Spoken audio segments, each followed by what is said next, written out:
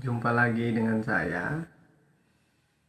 Walaupun memang kondisi uh, tubuh tidak terlalu baik, tapi saya ingin memperkenalkan sebuah inovasi lagi, suling bambu yang bisa dimainkan secara horizontal tapi juga vertikal.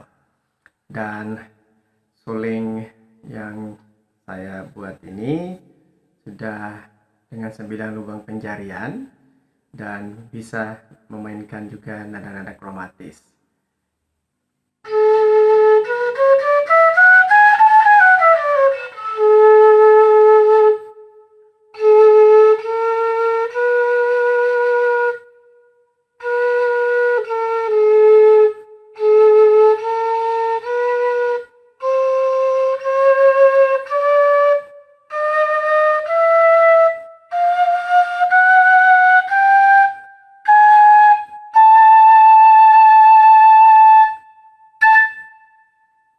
Itu yang secara horizontal dan ini yang secara vertikal.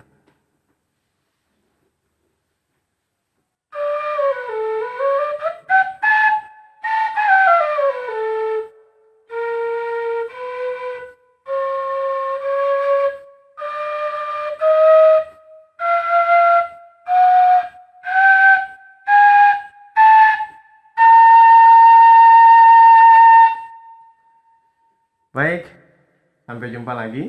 Semoga inovasi-inovasi selanjutnya akan juga terus dikembangkan.